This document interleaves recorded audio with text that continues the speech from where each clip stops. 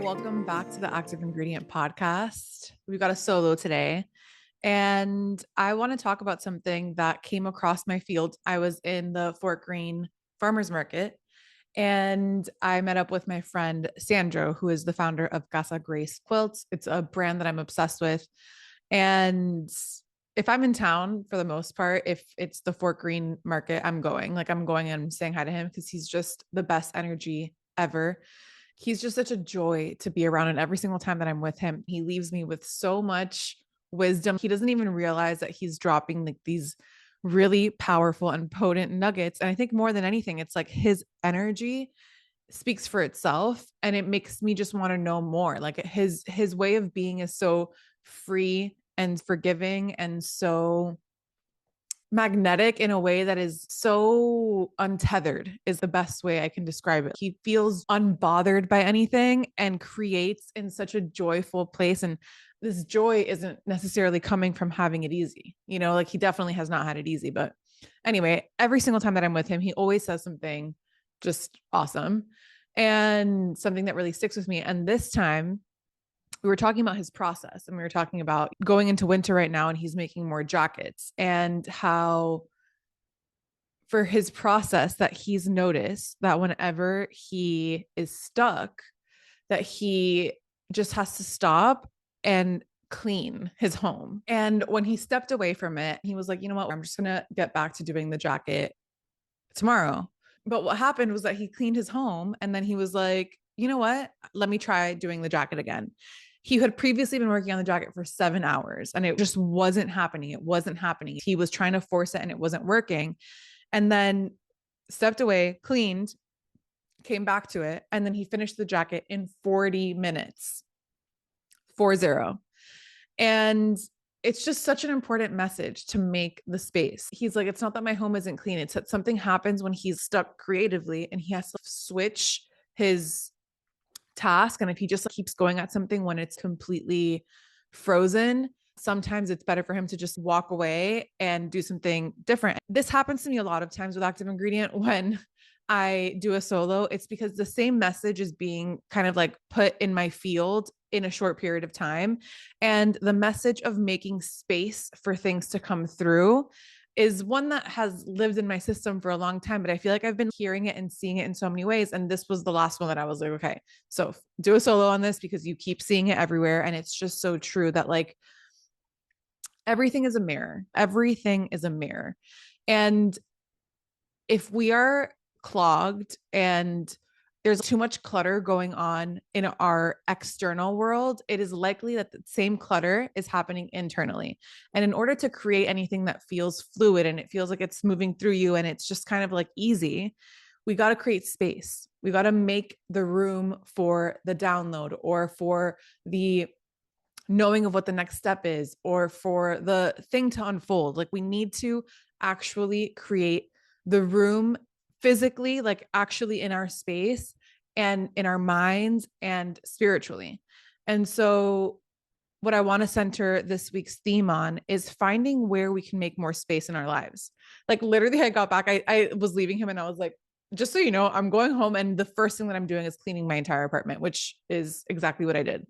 And I cleaned everything. I organized. I had to pack a lot of things. I hadn't dusted in a long time. And it's just so cool when someone inspires you at that level and then you actually do it and then you see it come through. And I knew that I wanted to do a solo on this, but I was like, I also know that the solo is only going to move through me once I have created the space, So this is like me live in action, actually doing that and moving through that. And I have seen this play out in my life so many times, whether that be letting go of a client that is misaligned, and then you make space for that. You clean house, and then you open that up for the one that's more aligned and more of a frequency match for you there to come through. And it's scary when you make room sometimes, because maybe that the thing that is occupying the space, we could have narratives of how that serves us in some way. Maybe it does serve us, but maybe it doesn't.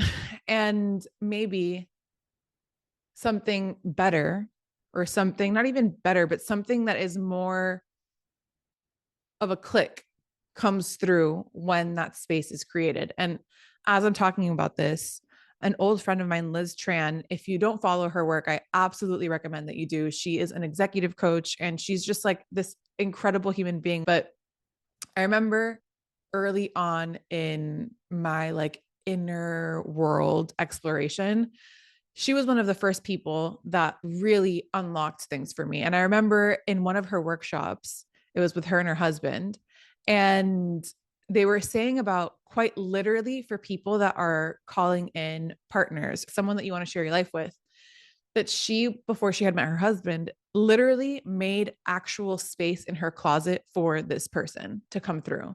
That she wanted to energetically send the signal of like, there is room here for this person. And that's so cool. Like, I had never heard anyone do anything like that. And I've heard it now more and more of people saying that they do things like that. But I find it to be the same thing of like everything is a mirror. If that is what you are ready and wanting to bring in, where is something currently occupying space that you could be making room for? It could be, we can start with something so silly. You know what I mean? Let's say you want to update your wardrobe and you have 7 coats that don't mean anything to you. Can you sell them? Can you maybe out of the 7, can you sell 2 of them or donate 2 of them and make space to see, which one's the one that aligns with me and like the version of myself that I am wanting to move through this world as, or not even wanting to, that I'm like, I am this version. What can I let go of that will make space in my closet for the one that clicks with me now? And that can be just like a silly, small way to play around with it. I want to play around with that more too. And I have done that many times. I remember in a big transition moment for me in my life, I cleaned house so intensely. Like I went hard. My sister was like, you're going to be left with literally no clothes. And I was like, I don't care. Anything that is of this, I want out. Like I want nothing to do with this type of energy, which could have been a little bit like the energy of that was kind of like judging the earlier version of me, which we don't love and we don't want to judge, but it's just not at your frequency right now. And we can love those versions and we can thank them. And they could also just not be a match right now. And that is okay. That's okay. It's something that I really want to talk about today because I feel like in so many areas of life, we could clean up a little bit. We could dust off a little bit of something here. We could make space in our makeup cabinet or our skincare cabinet or our pantry or our refrigerator or our group chats or our emails or our relationships.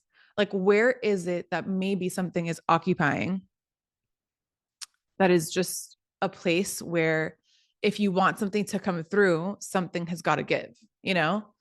And I do think starting small most of the time, I like to start with playing around with smaller things and seeing what that could be. But yeah, I guess I've definitely given the example from a work setting before of the client thing. I actually had a conversation with my friend Cam last week, who is a freelancer and was asking me how that process is. And I genuinely feel like my first few times of letting go of someone, of a client, of anyone, it was deeply, deeply, deeply uncomfortable. And shortly after, the universe was like, here you go. Here's the replacement of that thing that is way, way, way more in alignment for you right now. And those first ones, like those first reps, I really saw that let go, quick turnaround thing. And I think that it was because it was like, we need to give her proof of concept. You know what I mean? I feel like the universe was like, let's actually show up for her in these like early ones and your early reps. Maybe that's just called beginner's luck. But in my early reps of making space to allow things to come in, it was really fast, like really, really fast. And I started getting really confident in that, you know, like I started getting so much more confident because I'd be like, hell yeah, drop that. This comes quick. And then because my confidence started growing more in it, I started to have more confidence in making space with things that are way more complicated to make space with and way scarier to make space in.